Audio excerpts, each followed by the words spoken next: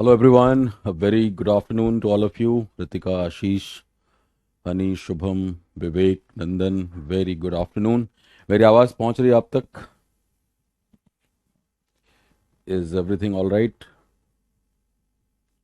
Hello hello hello.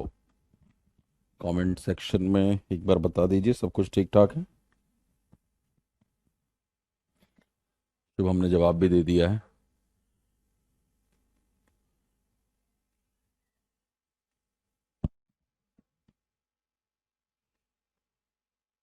ठीक है, आ जाओ तो।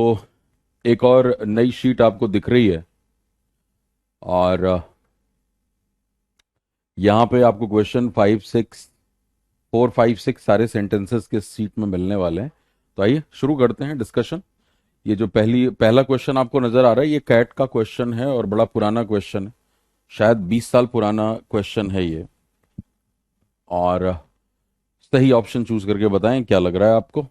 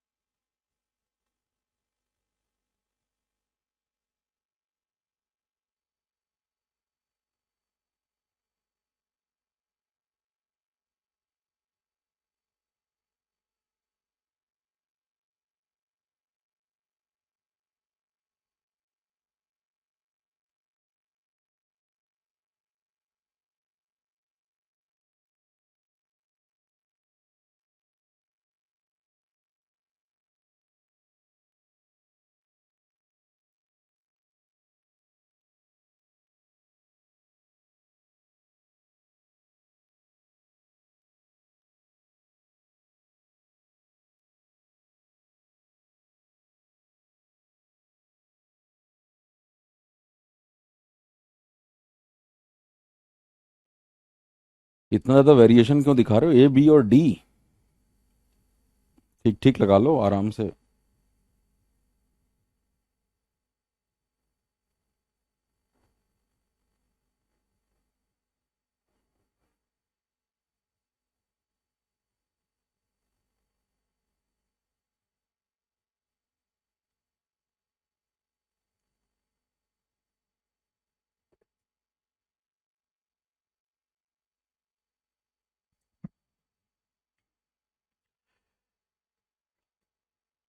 सबसे पहले ऑप्शंस पे निगाह डालनी है आपको। और यहाँ आपको नजर आ रहा है कि दो ऑप्शन ए से हैं और एक सी और एक डी से है। So logic means if we take its original meaning the science of valid reasoning. Or by reasoning, we mean the mental process of drawing an inference from two or more statements, are going from the inferences to the statements which yield that inference. Right. So, the A or फिर B, clearly for understanding arguments and drawing the inference correctly, it is necessary that we should understand the statements first. और B कह रहा है so logical reasoning covers those types of question which imply। So B for Bangalore जो है वो correct option है। यहाँ पे देखो, अब आपको साफ साफ नजर आएगा। सबसे पहले यहाँ पे लॉजिकल रीजनिंग की बात कर रहा है, सो लॉजिकल रीजनिंग। अब लॉजिकल रीजनिंग में दो टर्म है। जैसे जब हम रीडिंग कॉम्प्रिहेंशन पढ़ते हैं तो मैं शुरुआत में वही बात करता हूँ कि पहली रीडिंग स्किल्स है और फिर कॉम्प्रिहेंशन स्किल्स है। दो अलग अलग तरह की स्किल सेट्स एग्जामिनर आपकी टेस्ट करता है। तो अगर वो लॉजिकल रीजनिंग है तो पहले लॉजिक क्या है और पहले रीजनिंग क्या है ये डिफाइन करोगे आप। तो वही डेफिनेशन तो है यहाँ पे कि पहला लॉजिक डिस्कस कर लिया और फिर रीजनिंग का क्या मतलब है और फिर लॉजिकल रीजनिंग का क्या मतलब है। तो logic means if we take its original meaning the science of valid reasoning. Or by reasoning we mean the mental process of drawing an inference from two or more statements or going from the inferences to the statements which yield that inference. So, logical reasoning covers those types of questions which imply drawing as inferences from the problems. Clearly, for understanding, understating arguments and drawing the inferences correctly, it is necessary that we should understand the statements first. So, यहाँ पे correct order आपके पास सी A B D हो गया। Clear है? हाँ जी, बिल्कुल। Logic और reasoning और फिर लॉजिकल रीजनिंग, इसका मतलब एक तरह से यहाँ पे जिसको हम कहते हैं ना मैंडेटरी ट्रिपलेट आपको नजर आ रहा है कि सी के बाद ए और ए के बाद बी, ये कहानी चल रही है। डी एक एक पार्ट है, लास्ट में आपने जोड़ दिया। ठीक है, तो ये कैट का क्वेश्चन था, 2002-3 जो भी हो, वो तो देखना पड़ेगा। आइए अगले क्वेश्चन पे चलते हैं। और ये भी 4 स्टेटमेंट का क्वेश्चन है।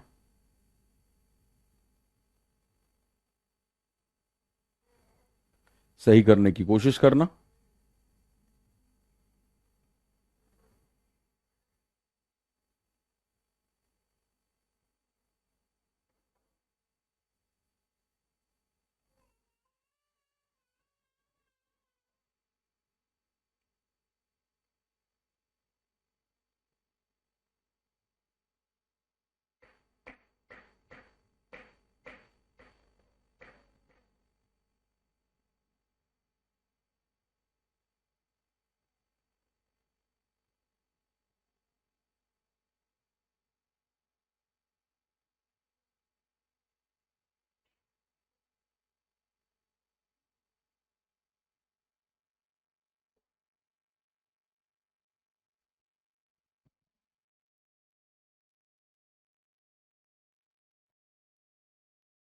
चंदन सब टाइप बनेगा, डोंट वरी। ये और प्राउड की बात है, जबकि कैट लेवल के क्वेश्चन अगर कर रहे हो ना, तो बाकी तो सब आसानी से कर लोगे। प्रीवियस ईयर ही इसमें क्वेश्चंस डाले हुए हैं मैंने शीट के अंदर। बहुत अच्छे। कैसे किया है आपने ये क्वेश्चन? अब किया क्या है, डी के साथ जा रहे हो आप। सीधा यहाँ पे ABCD ऑप्शन लिखा करो आप लोग, ठीक है ना, और कुछ नहीं लिखना। वो तो मैं समझाता हूँ कि क्या ओपन करेगा, आपने सीधा ऑप्शन लिखना है। सो दैट कि मुझे भी समझ आए कि मेरी क्लास किस लेवल पे जा रही, कहाँ जा रही, किधर पहुंच रही है। आपका कमेंट ही मुझे आपका जानने का सहारा है, और बिना आपको जाने मैं गियर कैसे बदलूंगा, क्वेश्चंस कैसे सेट करूंगा। तो इन चीजों का ध्यान हमें रखना है। चलिए खैर। तो अब देखो, सिमू ए कह रहे हैं, निखिल सी कह रहे हैं, चंदन डी कह रहे हैं, और ABCD भी आंसर दिख रहा है मुझे ज्योति का। तो कहने का मतलब कि ऐसा नहीं कि इस क्वेश्चन में सब एक ही तरह का आंसर दे रहे हैं, वेरिएशन दिख रहा है। शुभम ने बताया है CD मैंडेटरी पेयर है। मैंने आपको जो चीजें सिखाई हैं सीधा वही अप्लाई करना है, वो चाहे सबसे लोअर लेवल का कोई एग्जाम हो, चाहे कैट का पुराना क्वेश्चन हो, सब जगह वो चीजें अप्लाई होती हैं। आपको तुरंत नजर आ गया, this is a गेपिंग and inadequacy. जो कहानी लिखी वो बात की बात है, दिस नजर आ गया, पता है कि भैया ये प्रोनाउन है, इसके बाद लगा हुआ ये किसी बात की तरफ इशारा कर रहा है। और दूसरा दिख रहा है ही, यहां पे आपको ही भी प्रोनाउन है। अब दो जगहों पे प्रोनाउन है, राइट। इसका मतलब कि ये दोनों तो शुरुआत करेंगे नहीं, बी और डी। और यहां पे एक ऑप्शन को आपने तुरंत एलिमिनेट कर दिया, वो बी फॉर बैंगलोर ऑप्शन था, बिकॉज ये डी से शुरू हो रहा था। ठीक है, और किसी का फायदा है नहीं। बाकी दोनों आप दो ऑप्शन सी से हैं, एक ए से है, बी से होता तो आपको फायदा होता। अब हमें देखना है कि भाई जब ये दोनों प्रोनाउन हैं तो इनके लिए कौन सा नाउन आ रहा है। The average individual knows little. अब आपको समझ में आ गया, कहीं और किसी नाम, किसी इंसान का नाम तो कहीं नजर नहीं आ रहा, सरसरी निगाह डाल के भी नजर आ जाता है। लेकिन ये जरूर बात है कि एक एवरेज इंडिविजुअल का अगर हमने पहले जिक्र किया है और दूसरी बार उसके से रिलेटेड बात करना चाहते हैं, तो इसका मतलब उसके लिए हम प्रोनाउन लगाएंगे ही। सिंपल सी बात है, एक एवरेज इंडिविजुअल के लिए। यानी सी और बी यहाँ पे मैंडेटरी पेयर है। ठीक है, सी बी मैंडेटरी पेयर है। उसके बाद आपकी बल्ले बल्ले है भाई, कहीं इधर उधर जाने की कोई जरूरत ही नहीं है। बाकी के 3 बचे ऑप्शन में कहीं और सी बी नहीं आया हुआ है। आया है क्या? नहीं, कहीं नहीं आया है। सी फॉर कैलकाटा यहाँ पे करेक्ट ऑप्शन है, और जितने लोग इसके साथ गए थे वो करेक्ट हैं। अब जरा पढ़ के समझ भी लो इसका मतलब क्या है, क्योंकि धीरे धीरे क्वेश्चन तो हम कर ले रहे हैं, उसमें कोई मुश्किल नहीं है पैराजम्बल्स में। और मैंने आपको कहा भी था कि आपकी कॉम्प्रिहेंशन अगर कमजोर है, अंग्रेजी उतनी समझ में नहीं आती, तो भी पैराजम्बल में नैया पार हो जाती है। बट धीरे धीरे इनको डिस्कस भी करते चलूंगा, सो दैट कि आपके लैंग्वेज की कॉम्प्रिहेंशन भी इंप्रूव हो और एक लॉजिकल कॉन्टिन्यूएशन को समझें आप। क्या कह रहा है कि the average individual knows little and cares less about the cycle of technological innovation और the relationship between knowledge acquisition and the rate of change. कह रहा है जो एक आम आदमी है, जो एक एवरेज इंडिविजुअल है, वो ना के बराबर जानता है और उससे भी कम केयर करता है किस चीज की, साइकिल ऑफ टेक्नोलॉजिकल इनोवेशन और the relationship between knowledge acquisition and the rate of change. कहने का मतलब कि एक आम आदमी को नहीं पड़ी है इन चीजों की कि नैनो टेक्नोलॉजी क्या है, और AR क्या है, ऑगमेंटेड रियलिटी क्या है, मशीन लर्निंग क्या है, आर्टिफिशियल इंटेलिजेंस। यार उसका काम है सुबह से शाम वो मेहनत करता है कि अपना पेट पाल सके, वो उसकी बात हो रही है। ना तो उसको पता है, ना तो उसको जानने की पड़ी है, इसलिए लिखा हुआ है cares less, less comparative degree आ गया, उससे भी कम वो ध्यान देता है कि क्या चल रहा है, रेट ऑफ चेंज क्या है। अच्छा, रूबल इंटरनेशनल करेंसी का क्या भाव हो गया इस लड़ाई के बाद, या डॉलर रुपया जो है वो डॉलर के मुकाबले बहुत कमजोर आया हुआ है, उसको नहीं फर्क पड़ता। उसकी जरूरत आपको होगी, उसको एक एवरेज इंडिविजुअल को जरूरत नहीं है। He is on the other hand, on the other hand, he क्या, वो क्या करता है, ये चीज ये तो करता नहीं, तो करता क्या है, keenly aware of the pace of his own life, whatever that pace में बी। उसको अपने जिंदगी की चिंता है, टेक्नोलॉजिकल इनोवेशन क्या हो रहा है, रेट ऑफ चेंज क्या है, नॉलेज एक्विजिशन क्या है, क्या चेंज, कुछ नहीं पड़ी उसको। उसको अपने जिंदगी के पेस के बारे में पड़ी है कि कल मैंने अगर वो मजदूर है, लेबरर क्लास है, या एक नॉर्मल सा वर्कर है, तो वो सोच रहा है कि अगर मैं 500 रुपए दिन के कमाता हूं तो 600 कैसे हो जाएं, 700 कैसे हो जाएं। वो अपने जिंदगी के पेस के बारे में चिंतित है। दुनिया भर के शेयर मार्केट से अरबों डॉलर गायब हो गए इस युद्ध के बाद। या आज जैसे इंडियन शेयर मार्केट में कल थोड़ी रिकवरी दिखाई दे रही थी, मैं अभी दोपहर में न्यूज देख रहा था, थोड़ा अब आज थोड़ा सा बेहतर दिखाई दे रहा है इंडियन शेयर मार्केट, नहीं तो सब चीज जगत धड़ाम से ही गिरने की बात है।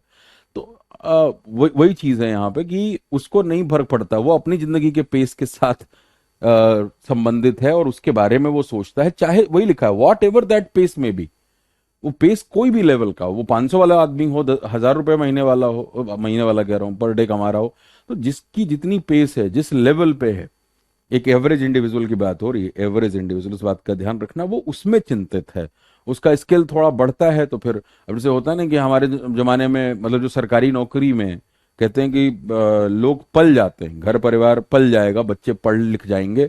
लेकिन आप अगर सोचें अमीर बनने का, अब वो वाली सरकारी नौकरी नहीं, जो लुटेरे वाले सरकारी पद हैं उनकी बात नहीं करी जा रही, एक एवरेज इंडिविजुअल जहां पे कोई करप्शन का स्कोप नहीं है, तो उस जगह पे आप शायद बच्चे पाल लें। तनख्वाहें इतनी नहीं होती हैं सरकारी नौकरी में कि नहीं बहुत आप कुछ इमेजिन कर सकते हैं। तो अब हम चाहे अपने थर्ड जनरेशन, अपने दादाजी के जमाने की बात करें, तो शायद उनकी भी सैलरी आवश्यकताएं पूरी करती थी, पिताजी भी सरकारी नौकरी में, उनकी भी आवश्यकताएं पूरी कर सकते हैं। हो सकता है कि दादाजी के जमाने में जो सैलरी होती थी वो 1500 रुपए होती हो महीने की, पिताजी की सैलरी लेट से पहुंच गई धीरे धीरे, जिस भी पद पे हैं एक लेवल तक पहुंच गई है, 50,000 पहुंच गए हों वो। अभी करंट में अगर हैं, अच्छे लेवल पे हैं, तो लाख रुपए भी सैलरी हो सकती है। तो लेकिन अब आप अगली जनरेशन है, आप कहाँ से शुरुआत करेंगे? और वो उनकी लाख रुपए तब है जब उनके बच्चे इतने बड़े हैं, उनके बच्चे जब इतने बड़े हैं, तो आपकी तो जिंदगी की शुरुआत हो रही, तो आप कहाँ तक पहुंचोगे? तो कहने का मतलब, वो इन्फ्लेशन जैसे बढ़ रहा है उसी तरह से सैलरी बढ़ेगी, बट आप उस पैसे में ऐसा सोच लें कि बड़ा क्रांतिकारी परिवर्तन आ जाएगा, वो नहीं है। वही यहाँ पे लिखा है, जो भी पेस है उस पेस के बारे में चिंतित है। तो खैर मैंडेटरी पेयर बन गया। उसके बाद आप पहुंचे ए पे, the pace of life is frequently commented on by ordinary people, yet oddly enough it has received almost no attention from either psychologist और सोशियोलॉजिस्ट। कहा जा रहा है कि पेस ऑफ लाइफ के ऊपर बार बार कमेंट किया गया है आम लोगों के द्वारा। इट हैज रिसीव्ड, आम लोग तो कमेंट करते हैं कि भाई देखो ये सरकार ऐसी थी, इतना पैसा बढ़ना चाहिए था, ऐसा है वैसा है, महंगाई बढ़ रही, उस प्रोपोर्शन में सैलरी नहीं बढ़ रही। लेकिन जिनको लिटरली कमेंट करना चाहिए, वही लिखा है, yet oddly enough it has received almost no attention from either psychologist और सोशियोलॉजिस्ट। जो समाज विज्ञानी हैं, सोशियोलॉजिस्ट हैं, मनोविज्ञानी हैं, उनको इसके ऊपर बात करनी चाहिए कि कैसे एक आम आदमी क्यों इन्फॉर्म्ड नहीं रह पाता है, क्यों वो इन्फॉर्म्ड डिसीजन नहीं लेता, क्यों वो बार बार बेवकूफ बनता है। जैसे होता है ना कि सरकारें चुन चुन के आई जा रही हैं, बट एक ही तरह का पैटर्न चला आ रहा है, जमाने से चला आ रहा है। और जब वो उसके पास इंफॉर्मेशन नहीं है, एजुकेशन नहीं है उस लेवल की, उसको वो ऐसा बना दो कि वो सिर्फ अपने रोटी पानी के चक्कर में ही दिन भर उलझा रहे, न पढ़ने की समय हो, न समझने, न जानने, न सीखने का उसकी कोई समय ना हो। तो ये समाज विज्ञानियों का, मनोविज्ञानियों का काम है कि क्यों इतना लोगों का दिमागी स्तर छोटा होता है। लेकिन उनका कोई कमेंट नहीं है। दिस इज अ गैपिंग इन अडिक्वेसी। अब समझ में आ गया कि जो बात ए में लिखी गई है उस बात की तरफ डी इशारा कर रहा है कि इन अडिक्वेसी है, मतलब ये गैप है एक तरीके से। In the behavioural sciences for the pace of life profoundly influence behaviour. Behavioural sciences से जो लोग डील करते हैं उनको इस पे ऊपर काम करना चाहिए। क्यों करना चाहिए? फॉर लेके रीजन लिखा हुआ है, क्योंकि पेस ऑफ लाइफ आपके बिहेवियर को इन्फ्लुएंस करती है, आपके बिहेवियर को इन्फ्लुएंस करती है। जैसे आप सोचते हैं ना, लोग बोलते हैं मैंने तो सोचा ही नहीं था, हमारे खानदान में कोई सोच ही नहीं सकता था कि हमारा बेटा ये भी कर सकता है। तो बात वही है कि वो बिहेवियर, सोच, समझ, सब चीज को निर्धारित करता है आपकी जो पेस ऑफ लाइफ है, वो उनके रेंज से बाहर है उसके बारे में सोच पाना। Evoking strong and contrasting reactions from different people. तो कहने का मतलब कि ये एरिया है जिस पे काम होना चाहिए लेकिन काम नहीं हुआ। तो ये एक क्वेश्चन था, सी के साथ जितने लोग गए थे वो सही हैं। आइए आगे बढ़ते हैं अगले क्वेश्चन पे। सही करना ये। सर मैं पढ़ाई नहीं कर पा रहा हूँ, करम पूछ रहे हैं, will you help me? How can you help you out Karam? Your name is Karam brother and you are still saying that sir help me out. कर्म करना बेटा, और क्या करना है? पढ़ाई कोई काम नहीं है, एंजॉय करो मेरे साथ यहाँ पे। नजरिया बदलना है, सारा नजरिया का गेम है।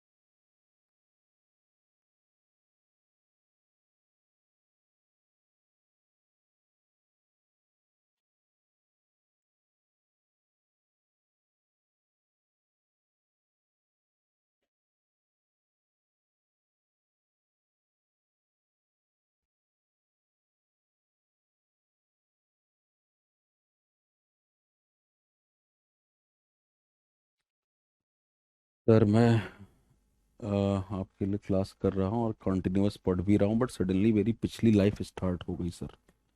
कर हम बात करेंगे उसके बारे में भाई, अभी क्वेश्चन पे बात कर लेते हैं, बिल्कुल बात करेंगे। I will help you out. तो ए बी सी ऑप्शन यहाँ पे आप बता रहे हैं। हाँ साक्षी, सभी के ऑप्शन शो हो रहे हैं, सबका कमेंट आता है, उसकी टेंशन मत लो। मैं नाम नहीं पढ़ सकता हूँ, मैं इसीलिए आपसे कहा था मैं ABCD देखता हूँ। अब या तो नाम पढ़ लूँ या ABCD देख लूँ। तो नाम तो जब नाम पढ़ूंगा कुछ अच्छा काम। आज जैसे रिजल्ट आया अभी इंडियन एयरफोर्स का, बड़े सारे मैसेजेस आ रहे हैं जिन बच्चों ने वो चरण क्लियर कर लिया, मैं वही देख रहा था एक। चलिए जी, तो डी मुझे नहीं दिख रहा, बट आप ABC के साथ तो गए हैं लोग। ये भी आसान सा क्वेश्चन है, ये आसान सा, बिल्कुल आसान क्वेश्चन, इतना समय भी नहीं लगना था और सही होना था। तो आपको दिख रहा है कि भाई एयर इंडिया यहाँ पे लिखा हुआ है। ए से शुरुआत करोगे क्या? दिस वुड ब्रिंग, एकदम आसान सा क्वेश्चन है। दिस किसी बात की तरफ इशारा कर रहा है कि भाई ये एक लंबा मुद्दा जो 2 दशक से ये झगड़ा चला आ रहा था, ये विवाद चला आ रहा था, ये चीज इस विवाद को अंत देगी। दो ऑप्शन ए के साथ हैं, आपने एलिमिनेट कर दिया। अब इधर आइए, डी और बी की बात है। There can not be more opportune time to push ahead with this investment, this ironically is despite the fact that the airline, यानी ये बात किस, ये सेंटेंस में किसी एयरलाइन की तरफ इशारा किया जा रहा है, और जाहिर तौर पे वो एयरलाइन एयर इंडिया है, तो बिना एयर इंडिया के मेंशन के हम द एयरलाइन कह नहीं सकते। इसलिए डी की भी औकात नहीं है ओपनर बनने की, और सी फॉर कैलकाटा करेक्ट ऑप्शन है करके निकल लोगे। तो ये क्वेश्चन मैंने एक तरह से, ये क्वेश्चन एक रेस्पाइट दिया था आपको। ये बहुत आसान सा क्वेश्चन था, राइट? इसमें कुछ पढ़ने की जरूरत ही नहीं थी, वही पुराना पैटर्न। तो पिछले दो में तो थोड़ा सा दिमाग लगाना था, कैट के 20 साल पुराने क्वेश्चन थे वो, बट इस क्वेश्चन में तो कुछ नहीं करना, ये कैट का क्वेश्चन नहीं है। ठीक है, समझ में आ गया? By clearing the path for 49% foreign investment in Air India, the centre has finally decided to push ahead on its privatisation. A. This would bring a sense of closure to an issue that has seen about 2 decades of wrangling. तो ये जो पूरी बात यहाँ पे लिखी है कि 49% फॉरेन इन्वेस्टमेंट के लिए क्लियर कर दिया है, तो इस तरह से सेंटर ने फाइनल डिसाइड कर लिया प्राइवेटाइजेशन के लिए एयर इंडिया के, और ये जो पूरी ये कदम जो उठाया है, इस कदम के लिए दिस लगा हुआ है कि एक तरह से क्लोजर करेगा उस प्रॉब्लम को जो 20 साल से चली आ रही है। उसके बाद C, while the parliamentary standing committee on AI, अब देखो ये भी था वही वाली बात कि AI यहां पे भी लगा हुआ है, तो शॉर्ट फॉर्म लगा हुआ है, फुल फॉर्म, इसका मतलब क्या था कि C B से पहले नहीं आ सकता। C B से पहले नहीं आ सकता, वो भी एक तरीका था चेक करने का, खैर। और privatisation is yet to express its views और sort of political consensus appears to be close at hand. और फिर लास्ट में D, there can not be more opportune time. Opportune time का मतलब क्या होता है, कहते हैं ना इससे अच्छा समय नहीं हो सकता। अपॉर्चुनिटी वहीं से आया है, तो इससे बेहतर समय नहीं हो सकता to push ahead with disinvestment. This is despite the fact that the airline has improve its operational performance. Airline ने इंप्रूव कर लिया, बट उसके बावजूद भी ये हो रहा है। तो खैर, कुछ समझाने का भी नहीं था, बहुत आसान था। अगला क्वेश्चन भी इजी है। मधु सर, आपके लॉजिक से समझकर पढ़ती हूं तो सही हो जाता है, तो बिल्कुल हम, मेरा ही लॉजिक, इसीलिए मैं खड़ा हूं बच्चे यहाँ। और क्या काम है मेरा? लॉजिक, अप्रोच, तरीका सिखाना ही तो मेरा काम है, सिखाना, प्रैक्टिस कराना और आप लोगों को मास्टर बनाना। चलिए, क्वेश्चन करिए, आसान सा है ये। बहुत अच्छी बात, पूजा के तीनों क्वेश्चन सही हुए हैं। बहुत बहुत बधाई पूजा। आज मैं पूछूंगा आपसे।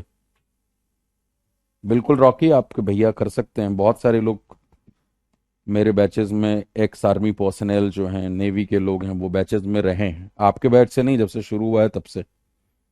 आप बिल्कुल रेकमेंड कर सकते हैं।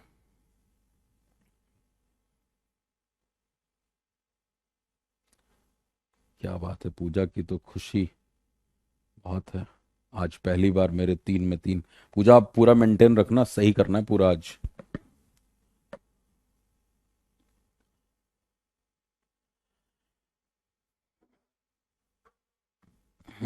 तो D, B, C, A, O my god, इतने में ही चंदन, अजय, शुभम, प्रिंस, साक्षी, जितने नाम लिए हैं, इसी में चारों ऑप्शन बता दिए तुम लोगों ने। सही करो सही, मैं जरा बैटरी चेंज कर लूं।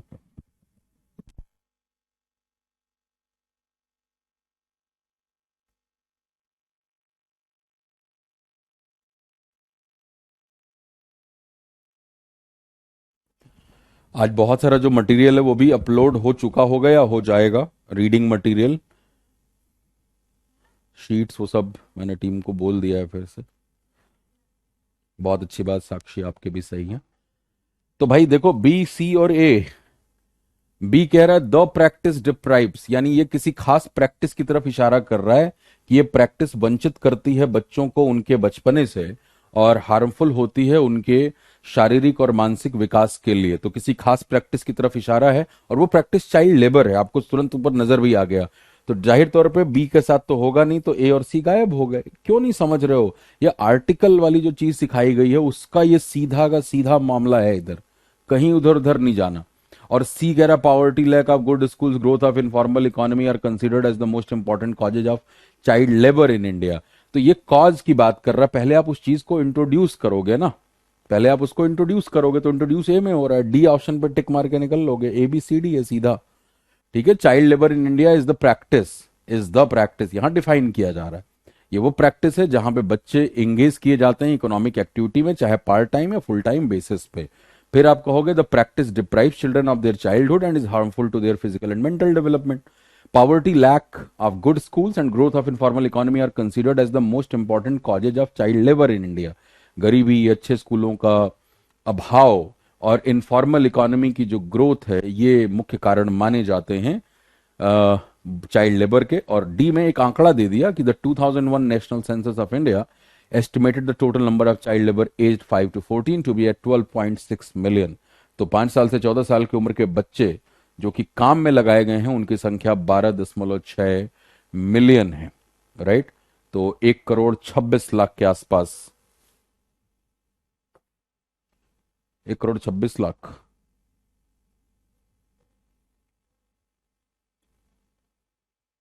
ज्यादा बिल्कुल नहीं सोचना है गौरव, ज्यादा क्यों सोचना है? सोचने की जरूरत है वहां सोचो।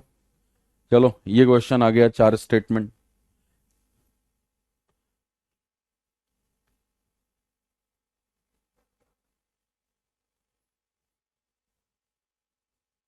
हाँ जी आशीष, आ चुका है एयरफोर्स वालों का रिजल्ट। XY। अभी दिव्यांशु का आया हुआ है। दिव्यांशु ने तो पता नहीं ट्वीट भी किया था, ये लड़का 5 बार क्लियर कर चुका है शायद। आपका आशीर्वाद जब से मिला सर, मैं रुक नहीं रहा हूँ Gurudev. Divyanshu, AFCAT 01/2022। Cut off 157 है और इसका एक स्कोर जो है 203 है, कट ऑफ से काफी ऊपर है।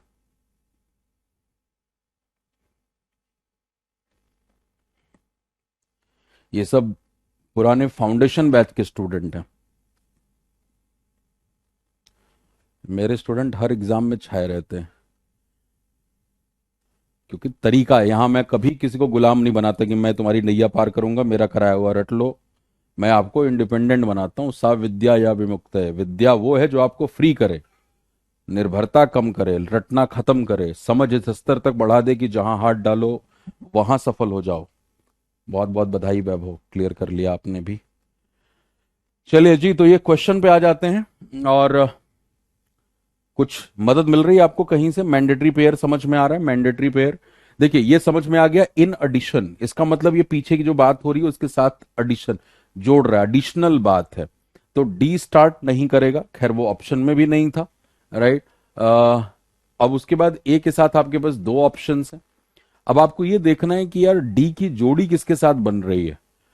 डी जब इन एडिशन कह रहा है तो इसका मतलब पहले कोई बात होगी, उसके साथ ये बात जुड़ रही है। So risk stemming from fluctuations in exchange rate loans hover constantly on the horizon of foreign investment. In addition, a foreign investment is subject to discriminatory treatment and selection control in various forms. बन गया, हो गया question आपका ये। A correct option है, A correct option है। Shubham correct है। बड़े सारे और भी नाम हैं यहाँ पे, बट शुभम ही मुझे दिख रहे हैं करेक्ट, क्योंकि वो ए के साथ अकेला दिख रहा है, बाकी सब इधर उधर घूम फिर रहे हैं। तो देखो साफ साफ लिख रहा है कि जैसे अभी जो हालात चल रहे हैं, अभी जैसे हालात चल रहे हैं कि risk stemming from fluctuations in exchange rate, अगर एक्सचेंज रेट में लगातार बदलाव होता है तो ये जाहिर तौर पे उस देश की इकोनॉमी के लिए बेहतर नहीं है। ये पता लग रहा होता है कि नहीं, यहाँ की इकोनॉमी स्टेबल नहीं है। और जब बाहर वाला कोई आपके देश में इन्वेस्टमेंट करना चाहता है तो वो एक वोलाटाइल मार्केट में नहीं करना चाहेगा। वो चाहेगा कि हम उस देश में, अब जैसे क्या रशिया के अंदर इन्वेस्टमेंट आएगी, क्या आपको लग रहा है ऐसा? हो सकता है भारत के लिए एक अच्छी अपॉर्चुनिटी हो सकती है। कल रशिया के जो राजदूत हैं, अम्बेसडर हैं, उनका बयान शायद आपने सुना पढ़ा हो कि अब जबकि यूरोपियन कंट्रीज हाथ खींच रहे हैं वहां पे, चाहे वो ऑटोमोबाइल सेक्टर की बात कर लो, चाहे एनर्जी सेक्टर की बात कर लो, चाहे आप आईटी सेक्टर की बात कर लो, जब अमेरिकन और यूरोपियन कंपनीज रशिया से हाथ खींच रही तो भारत के लिए एक अच्छी अपॉर्चुनिटी हो सकती है। पुराना संबंध है हमारा रशिया के साथ। हमने जैसे अपना रुपे कार्ड या आपका एनपीसीआई ने जैसे पूरा ये framework, RBI, NPCI, banking organisation, ये सब मिल करके जैसे काम किया है, और आज 7 सालों के अंदर अंदर रुपे कार्ड का मार्केट शेयर 35 से 36% पहुंच चुका है, जो कि अमेरिकन कंपनी वीजा और मास्टर कार्ड से डोमिनेंट था।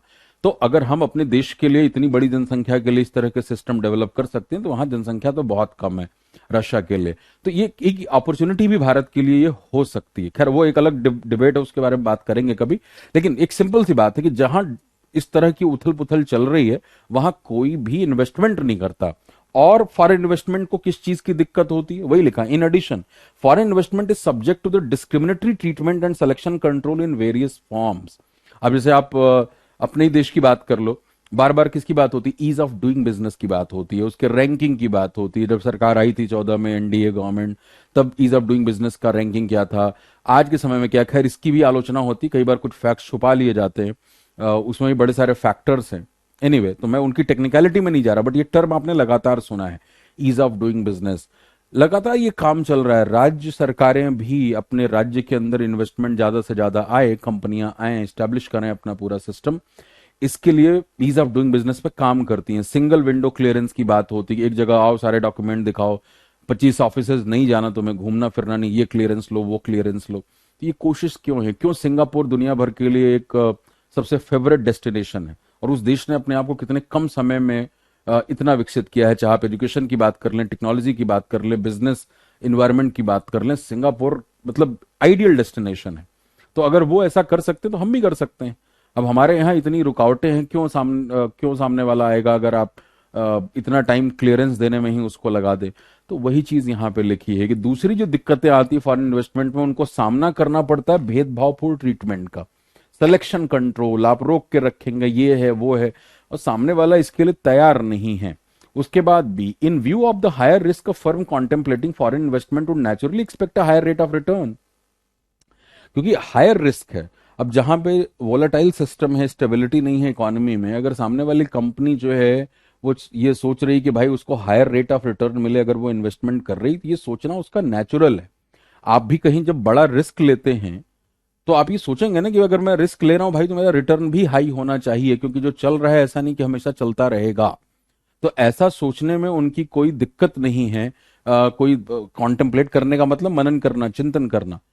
अगर वो ऐसा एक्सपेक्ट कर रहे हैं higher rate of return, higher risk देखते हुए, तो उसमें कोई बुराई नहीं है। अब multinational company may be accuse of profiteering, कल बाइडेन साहब का बयान सुन रहा था, उसमें ये शब्द आया था।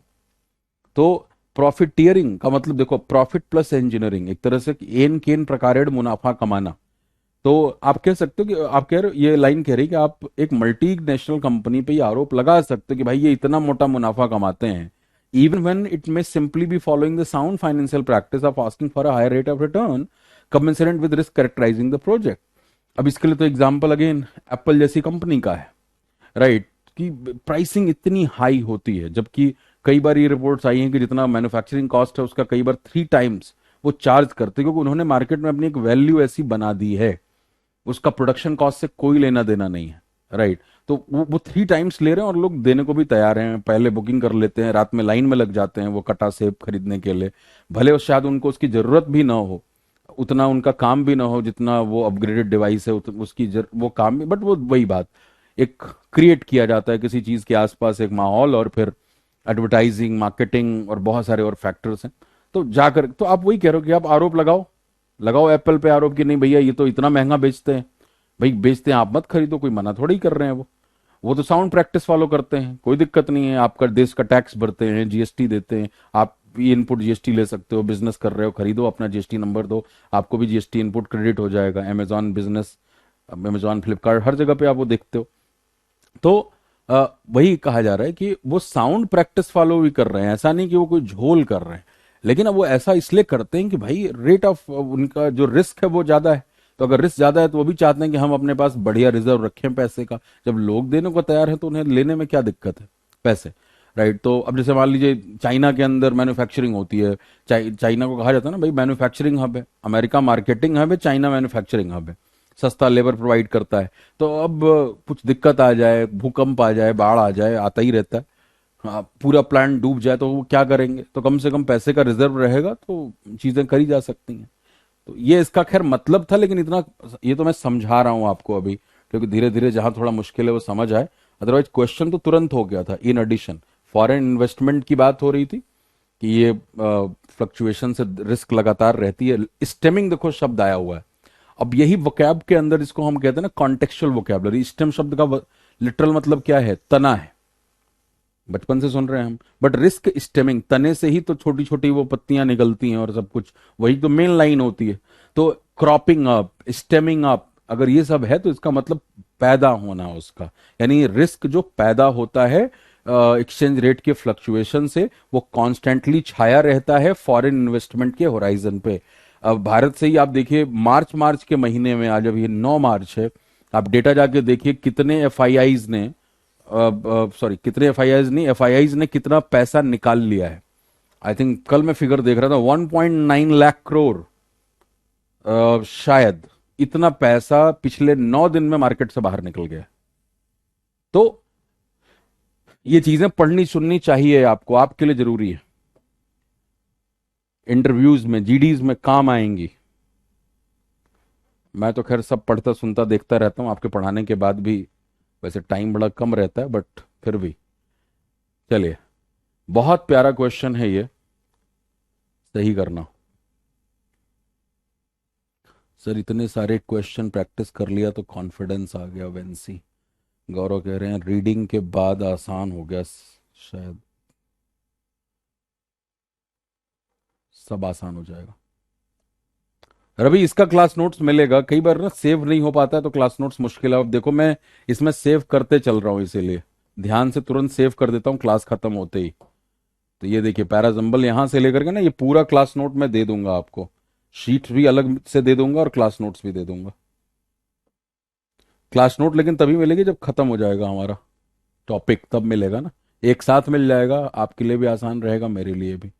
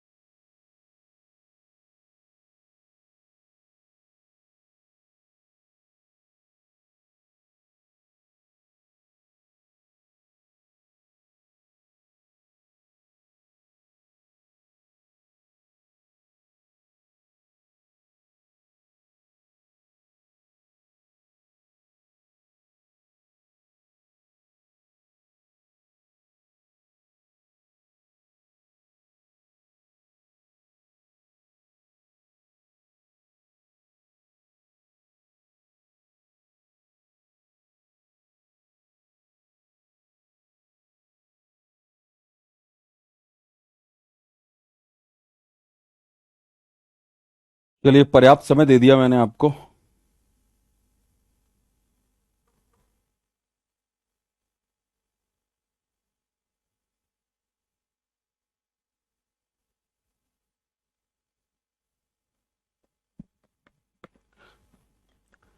4 5 क्वेश्चन के बाद अब छठा क्वेश्चन 5 स्टेटमेंट का है। Dieting has become the Nations most popular indoor sport. आप में से काफी लोग गए हैं ए के साथ। कैसे चले गए हो भाई? कितनी बार उस ज्ञान का एहसास कराना पड़ेगा? द नेशन, किसी खास नेशन की बात कर रहा है, बिना उस नेशन के नाम के जिक्र के द नेशंस का इन जनरल इस्तेमाल नहीं होगा। क्वेश्चन हो गया, कुछ करना था क्या इसमें? A correct option.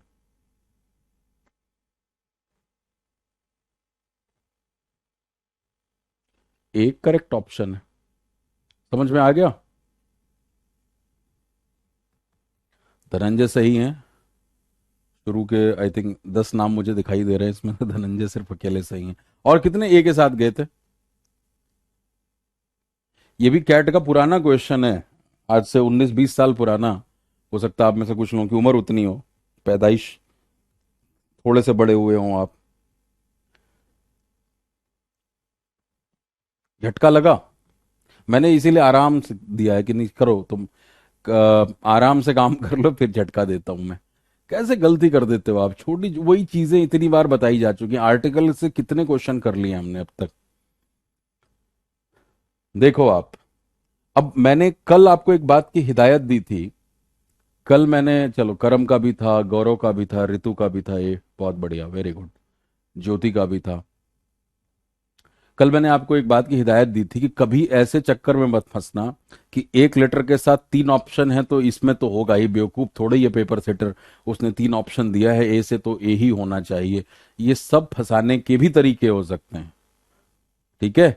तो इस बात का ध्यान रखिए आप। अब आप सी से पढ़िए। इसीलिए अब आपको अटपटा क्या लगा होगा, वाइल। वाइल लिखा है तो ये ओपन कैसे करेगा, क्यों ऐसी चीजें सोचते हो आप।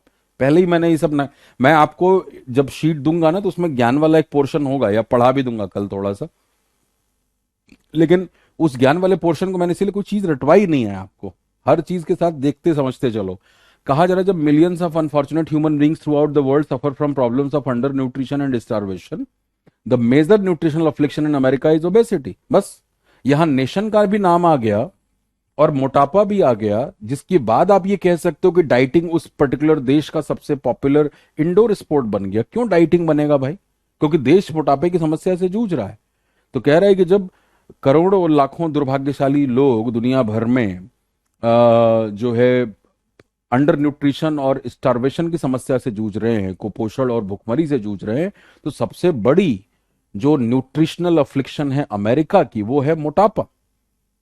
तो जब सब भूखमरे मतलब भूख से मर रहे हैं, भूखमरी से मर रहे हैं, तो अमेरिका मोटापे खा खा के मर रहा है। और उसके बाद आप सी के बाद ए के पास जाओगे कि dieting has become the Nations most popular indoor sport. The nation America की बात हो गई, डाइटिंग का भी कारण समझ में आ गया। अब उसके बाद आप आगे बढ़ जाइए। The average dieter has a pattern of going on a crash diet that last 60 days. Dieting की बात के बाद एवरेज डाइटर की बात हो गई कि जो एक एवरेज डाइटर है वो क्या करता है, वो क्रैश डाइट पे चला जाता है, यानी खाना पीना छोड़ देता है, जो कि कुछ 60 डेज तक चलता है। जैसे हमारे यहाँ भी लोग जब नया नया जिम जाने की बात करते हैं, तो वो नया नया जो शौक है वो कुछ दिन आपका चलेगा। तो वही चीज यहाँ पे भी लिखी है कि वो शायद 60 डेज चले, और उसके बाद शिवचरण आप कितनी बार ए लिखोगे भाई, या हाथ रख के सो गए हो। हैं, पूरा कमेंट सेक्शन तुमने ए से भर दिया वहां पे। तो ये चीज जो है, the average rider has a pattern of going on a crash diet that last 60 days. और उसके बाद क्या होता है, ही लूजेज वेट। अब देखो सारी चीज वो नाउन प्रोनाउन सब नजर आ रहा है। एवरेज डाइटर के लिए यहाँ पे क्या आ गया, ही आ गया। तो जब वो he loses weight and gains it all back in 6 months, क्योंकि भाई 2 महीने तक वो सारा काम किया, उसकी वजह से वेट लूज किया, लेकिन वो सारा जो लूज किया था उसको अगले 6 महीने में पा लिया। यानी जो 2 महीने में गंवाया था 6 महीने में पा गया। अगर मैं पूछूं ये इट प्रोनाउन किसकी तरफ इशारा कर रहा है, ये वेट की तरफ इशारा कर रहा है। वेट का जिक्र पहले हो चुका है। वेट लूज करता है और फिर वेट को गेन कर लेता है 6 महीने में। इसका मतलब कि मोटापे का पूरा समाधान नहीं हुआ। जब नहीं हुआ तब आप कहोगे कि to get permanent change one must alter eating habits and exercise patterns for the rest of one's life. तो इसीलिए अगर किसी को परमानेंट चेंज चाहिए, ऑल्टर का मतलब बदलाव, तो उसे बदलाव करना पड़ेगा अपने ईटिंग हैबिट्स में और एक्सरसाइज पैटर्न्स में पूरी जिंदगी के लिए। It's not a short term affair of 2 months 3 months और something like that. So the correct option is A. और वो खैर बिना पढ़े हमने कर दिया था, बस वो द नेशन देख करके ही कि किसी खास नेशन की तरफ इशारा कर रहा है, और वो नेशन अमेरिका है, बिना उसके जिक्र के आप कर नहीं सकते। बात समझ में आ गई। आगे बढ़े, चलिए।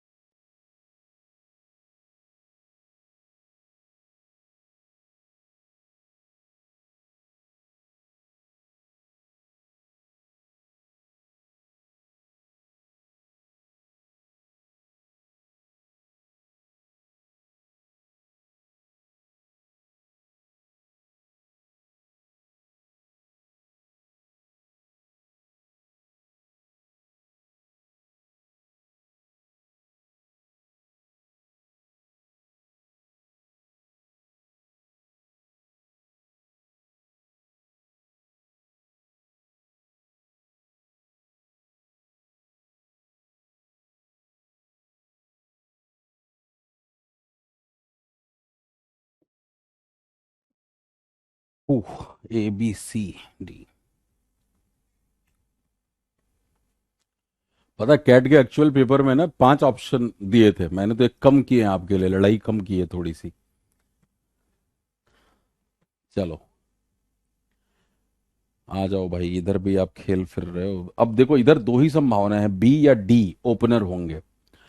सीधी प्रोनाउन से आपको यहाँ पे सीधा प्रोनाउन से मदद मिल रहा है, और वो मदद क्या है कि भाई देयर लगा हुआ है, दे लगा हुआ है और दे लगा हुआ है। दो दे हैं, एक देयर हो गया, वे और उनका। और फिर आप आंखें खोल के देख रहे हैं तो भाई कंज्यूमर्स भी लिखा हुआ है और गवर्नमेंट भी लिखा हुआ है। इसका मतलब कि ऐसा नहीं कि कोई एक नाउन सिंगुलर होता तो आपकी तो बल्ले बल्ले हो जाती। अब मान लो यहाँ कंज्यूमर लिखा होता तो आपको समझ आता कि यार गवर्नमेंट्स प्लूरल है, उसके लिए दे लगा होगा, या वाइस वर्सा। बट ऐसा कोई केस नहीं है, यहाँ पे दोनों ही प्लूरल है।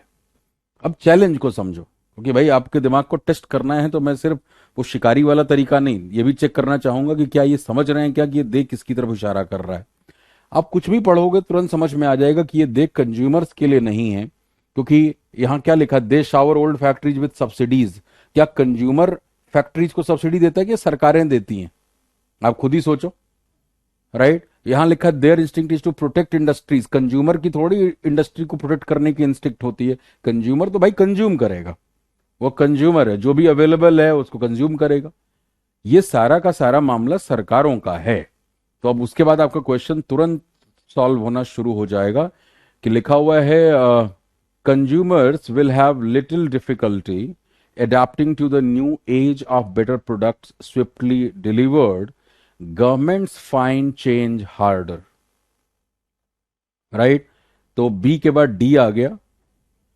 Their instinct is to protect industries, companies already exist, not the upstart that would destroy them. They shower old factories with subsidies and bully bosses who want to move production abroad. They cling to romantic belief that manufacturing is superior to services. तो ये correct option है, B और D mandatory pair है। आप देखो थोड़ा adjective से भी यहाँ फायदा हो रहा है आपको। कहा जा रहा है consumers will have little difficulty. Little का मतलब होता क्या है? Almost nothing.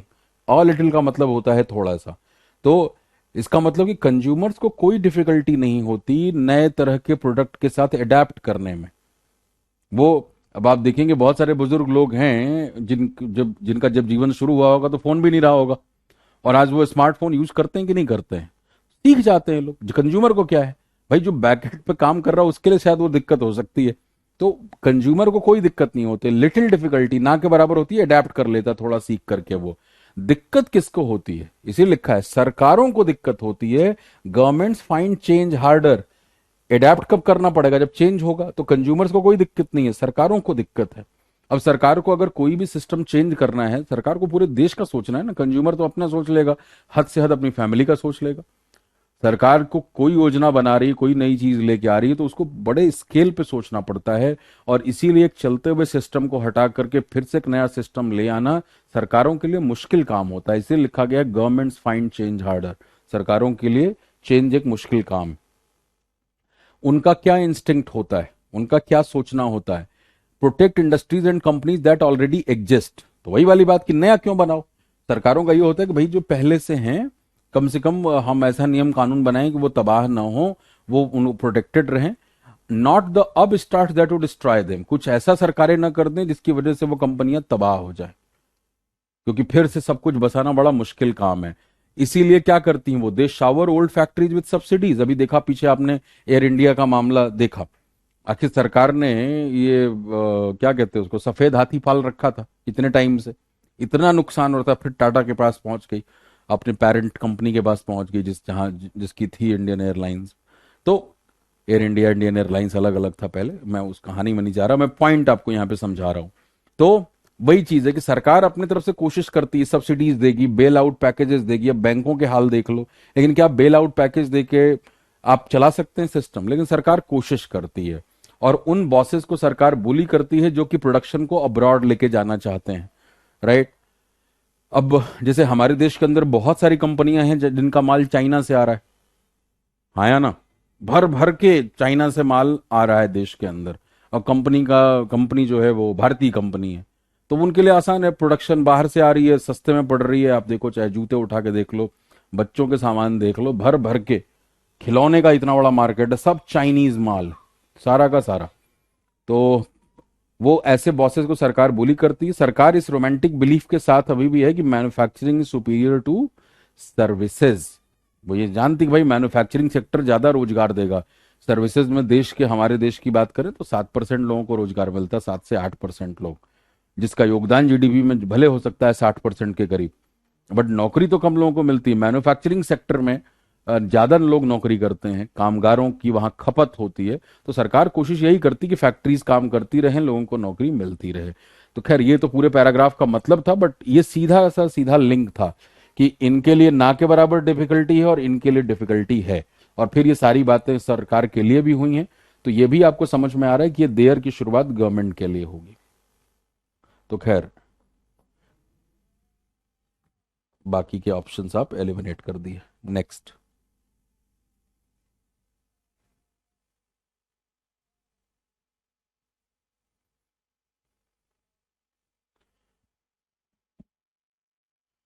कोई कंपल्सन नहीं है, 4 भी आता है, 5 भी आ सकता है।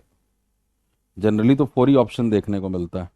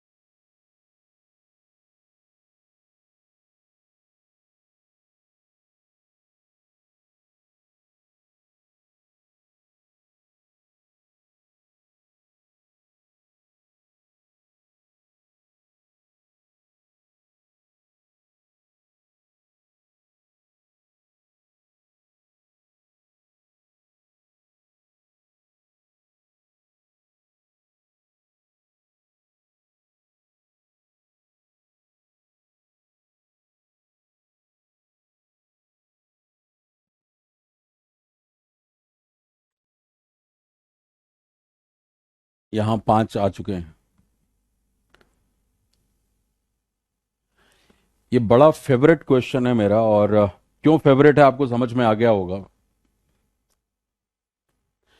पांचों के पांचों ऑप्शन ए से शुरू हो रहे हैं, तो यानी opening statement is not a big deal at all. वो तो तुरंत आपको थाली में परोस के बता दिया गया कि भाई साहब ए जो है वो पैराग्राफ का ओपनिंग स्टेटमेंट है, बाकी आप संभाल लीजिए। संभाल के बताइए मुझे क्या लग रहा है, किस ऑप्शन के साथ जा रहे हैं। ई भी आंसर आ रहा है, डी भी आ रहा है, ए आ रहा है, सी आ रहा है। बी को छोड़ के सारे ऑप्शन आ चुके हैं अब तक। बता लो, कोई बी भी बता दो, बेचारा बी नाराज नहीं हो जाएगा, कहेगा मेरे साथ सौतेला व्यवहार है, मैंने क्या गुनाह किया था, तुमने बाकी चारों का नाम लिया, मुझे छोड़ दिया। है कोई? Chhavi A, Snehlata A, Shivcharan D, Ankit A, Om, A B C D E, यानी ए ऑप्शन, धनंजय डी।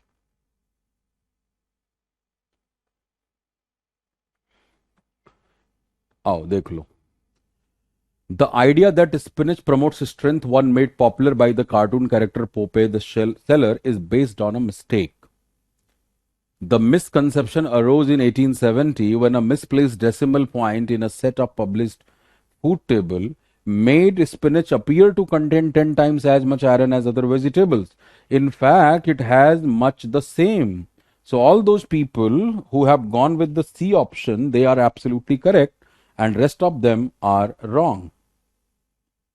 चंदन ने मेरी बात मान के बी बोल ही दिया, कहा नहीं सर हम बिल्कुल दुखी नहीं करेंगे। तो भाई इतना आसान सा क्वेश्चन है ये।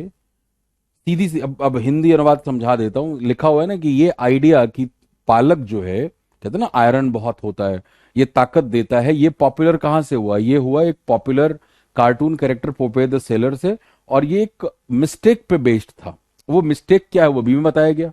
ये मिसकंसेप्शन की पालक बहुत ताकत देता। 1870 में ये मिसकंसेप्शन अराइज हुआ। कैसे अराइज हुआ वो भी बताया जा रहा है कि when a misplaced decimal point in a set of published food table, जैसे होता है ना कि भाई इस फूड आइटम में कौन सी चीज कितनी है, तो ऐसे एक फूड टेबल था जिसमें क्या मिसप्लेस्ड डेसिमल पॉइंट, बात वही कि जैसे 1.0 लिखना है और डेसिमल पॉइंट को मिसप्लेस कर दो तो ये 10.0 हो जाएगा। एक पॉइंट आगे बढ़ा दिया, उससे क्या पता लगेगा? उससे यही तो पता लगेगा कि भाई ये इसमें जो है 10 गुना ज्यादा है। तो एक लिखने वाले इंसान ने गलती करी और दुनिया को यह भ्रम हो गया कि पालक के अंदर जो है बाकी सब्जियों के मुकाबले आयरन जो है वो 10 गुना होता है, जबकि वास्तव में in fact it has much the same. जबकि वास्तव में क्या कहानी है, तो बी के बाद सीधी ई पर बात पहुंच रही है।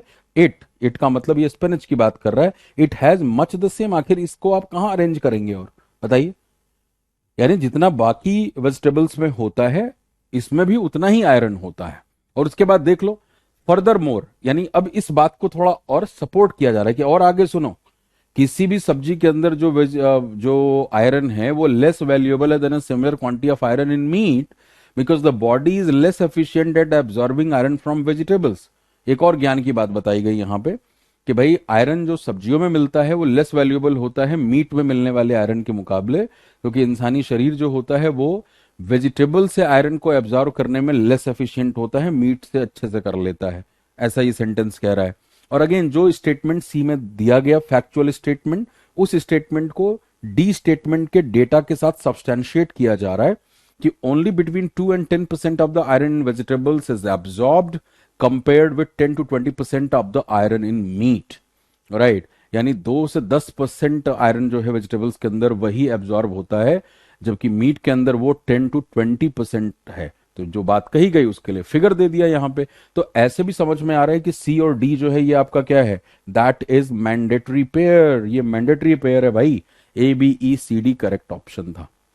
ठीक है, तो सी और डी अगर आपको नजर आ गया था तो भी आप देखो 3 ऑप्शन में सी डी दिया हुआ है इसीलिए, तो दो तो फिर भी आप एलिमिनेट कर सकते थे। ठीक है, तो बाकी के सारे ऑप्शन गलत हैं। सी फॉर कैलकटा यहां पे सही है। बात समझ में आई?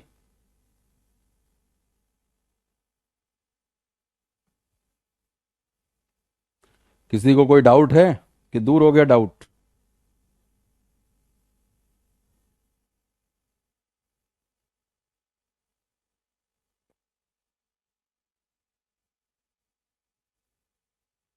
तो यहां अगर मैंडेटरी पेयर की बात की जाए तो वो सी डी था। C D was M P, mandatory pair, और बी और E was also mandatory pair.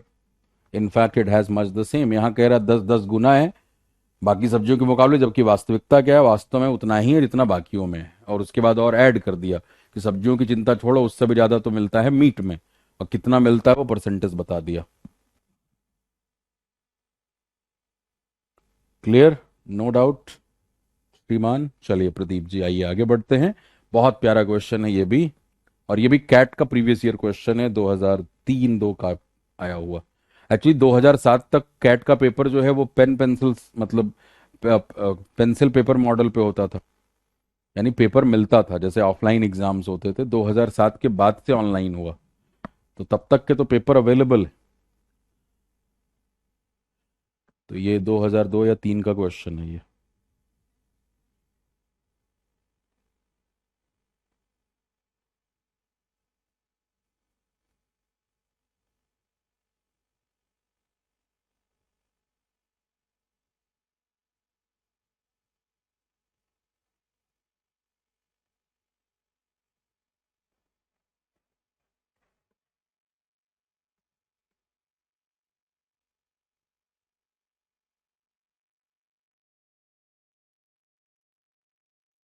Dhananjay आपका जो सवाल है इंग्लिश लैंग्वेज इंप्रूव करने के लिए क्या करें, भाई मैंने सबसे पहली क्लास में ये सब बताया था। आपने बाद में लेट में ज्वाइन किया होगा ना। पहली क्लास देखो बिल्कुल, जहां ज्ञान ही ज्ञान था, इसीलिए पहली क्लास में ज्ञान का काम कर दिया मैंने। क्या करना है, कैसे करना है, क्या फर्क है बैंकिंग एसएससी की तैयारी में, बैंकिंग की रिक्वायरमेंट क्या है, बाकी और बीच बीच में ज्ञान देता रहूंगा।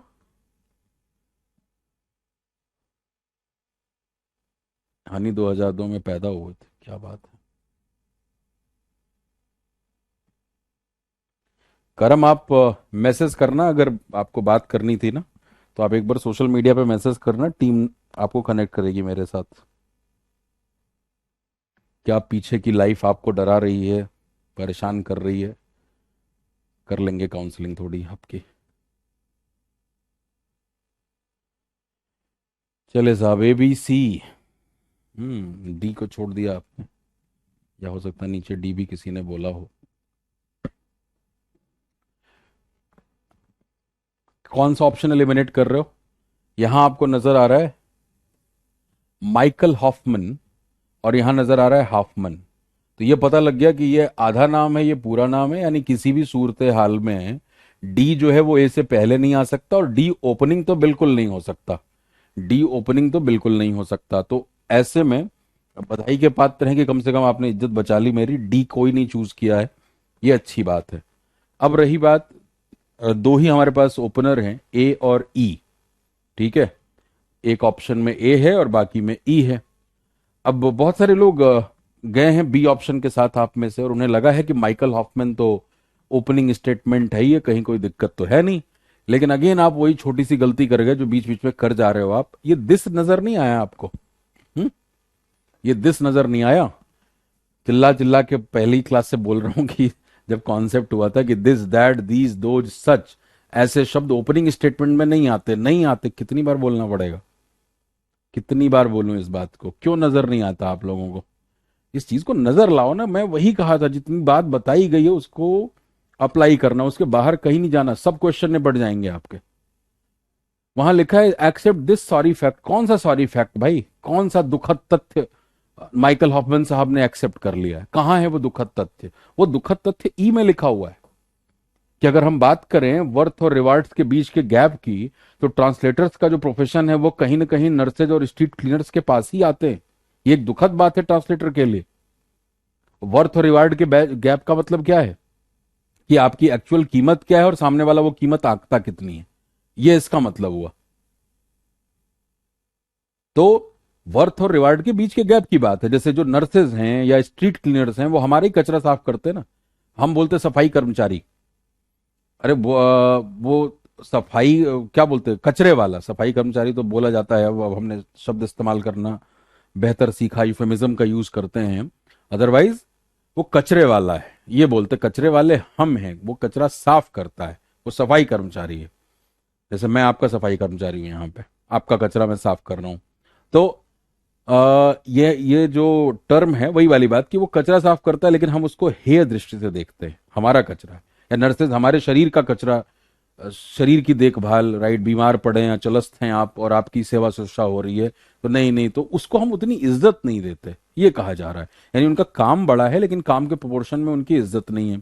यही हाल कमोबेश मोर और लेस ट्रांसलेटर्स का भी है। यानी ट्रांसलेटर बहुत बड़ा काम करते हैं लेकिन हम उनकी काम को इज्जत नहीं देते, और ये दुखद बात है। इसीलिए माइकल हॉफमैन, जो अपने आप में खुद एक कवि और ट्रांसलेटर है। अब देखो, अगर यही क्वेश्चन, ये पैसेज आरसी में होता तो मैं एक सवाल खुद बना देता यहां पे। एक सवाल ये पूछ लेता मैं कि what's the reason of adding this poet and translator phrase after Michael Hoffman, क्यों ऐड किया गया है? तो ये इसलिए ऐड किया गया है कि ऑथर अपनी बात में अथॉरिटी लाने के लिए, वेट लाने के लिए हमेशा एग्जाम्पल देता है। अब ऐसे कह दिया, जब माइकल हॉफमैन एक्सेप्ट करते हैं तो क्या पता लगेगा माइकल हॉफमैन कौन सी चिड़िया का नाम है? लेकिन क्योंकि ओपनिंग लाइन में बात जो हो रही है वो एक ट्रांसलेटर की हो रही है, और उस बात पे मुहर जब खुद एक ट्रांसलेटर लगाएगा तो ऑथर की अपनी बात में वेट आएगा, वजन आएगा। इसलिए यहां पे इनके नाम के साथ इनका परिचय भी दिया गया कि इस दुखद तथ्य को वो बिना अप्रूवल और कंप्लेंट के माइकल हॉफमैन साहब एक्सेप्ट करते हैं। ठीक है, तो ई ए सी, अब आपको दिख गया, ए तो ओपन करेगा नहीं, और यहां भी काम आपको ऑलरेडी हो चुका है।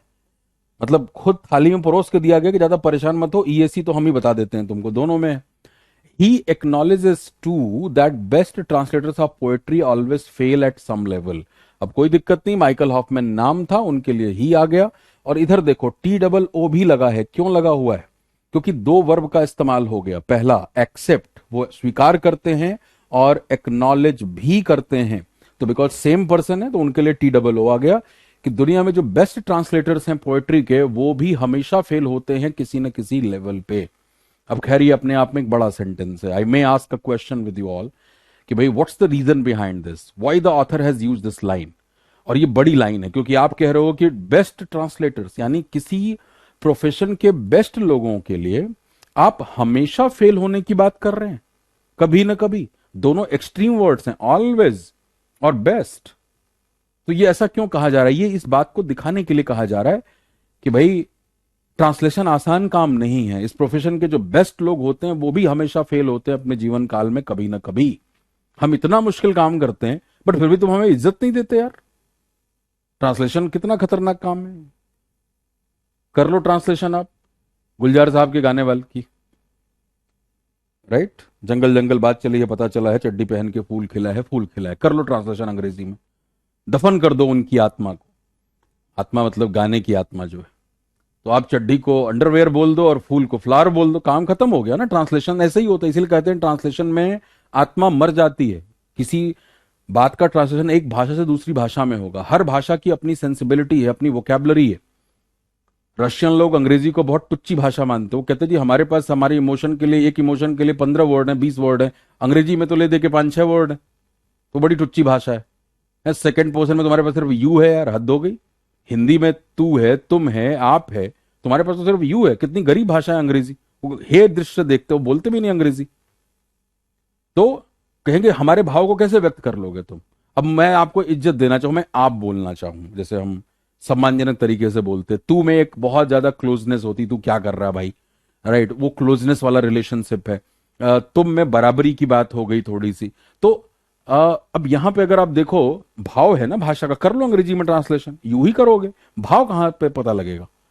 तो वही वाली बात है कि जो गुलजार साहब उस गाने में कह रहे हैं, वो गाना क्या है कि भाई एक ग्रैंड पेरेंट के निगाह से एक ग्रैंड चाइल्ड के लिए वो बात कही जा रही है कि एक ग्रैंड पेरेंट के लिए, एक दादा नाना दादी नानी के लिए, उनका जो पोता पोती नाती नतनी जो भी है, वो क्या होता है? चड्डी पहन के फूल खिला है। A new generation is blooming out of that चड्डी। दैट गुलजार साहब इज ट्राइंग टू से। बट आप ट्रांसलेशन कर लीजिए, काम तबाह हो जाएगा। तो वही वाली बात यहां कही जा रही है कि इसीलिए फेल होते हैं कभी न कभी, यानी हम इतना मुश्किल काम करते हैं।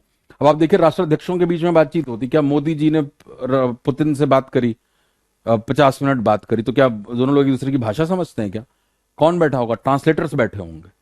और दो राष्ट्राध्यक्ष क्या बात अपनी भाषा में कह रहे हैं, अगर उनका ट्रांसलेटर सही भाव सामने तक नहीं पहुंचा पाया तो बात तबाह हो जाएगी। कहोगे कुछ और, पहुंचेगा कुछ और। ये बड़ी दिक्कत है। तो इसलिए ये इतना मुश्किल काम है। आपको सर ट्रांसलेशन कौन सा मुश्किल काम है, वह जाता है, वो वाली ट्रांसलेशन की बात नहीं हो रही यहां पे। और फिर आप कहेंगे Hoffman feels passionately about his work and this is clear from his writings. अब ये पहले आए कि बी वाला पहले आए, क्योंकि चक्कर तो सारा यही है। तो पहले ये आएगा, बट यहां पे गियर चेंज कर रहा है कि but thanklessness and impossibility do not don't him. अब जो आदमी अपने काम के लिए बहुत लगा हुआ है ना, उसको ये नहीं होता कि तुम मेरी तारीफ करो, मैं भूखा हूं, है तारीफ करो, मेरे 2 शब्द तो बोलो तारीफ में, उसको क्या फर्क पड़ता है। वही लिखा है, जो थैंकलेसनेस है, लोग नहीं इज्जत देते हैं और इस बात की कोई संभावना भी नहीं कि शायद वो उस बात की गहराई को समझ सके। इम्पॉसिबिलिटी भी है, लेकिन फिर भी ये चीज उनको दबा नहीं पाती, डॉन्ट नहीं कर पाती, सप्रेस नहीं कर पाती उनके फीलिंग को, इमोशन को, अपने प्रोफेशन के लिए जो है, पैशन जो है। और ये दिखाई देता है उनके काम से। Hoffman feels passionately about his work and this is evident from his writings, clear from his writings. उनके लेखन से ये साफ जाहिर है कि वो अपने काम के लिए कितने पैशनेट हैं। तो वो इज्जत न मिलने की वजह से ऐसा नहीं कि बड़े दुखी हो गए और वो काम छोड़ दिया उन्होंने। तो this was the question and the correct option was B D, यानी C for Calcutta. So I think now the time is over. You people are not able to comment out here. Let's catch up tomorrow and we'll proceed with the rest of the questions.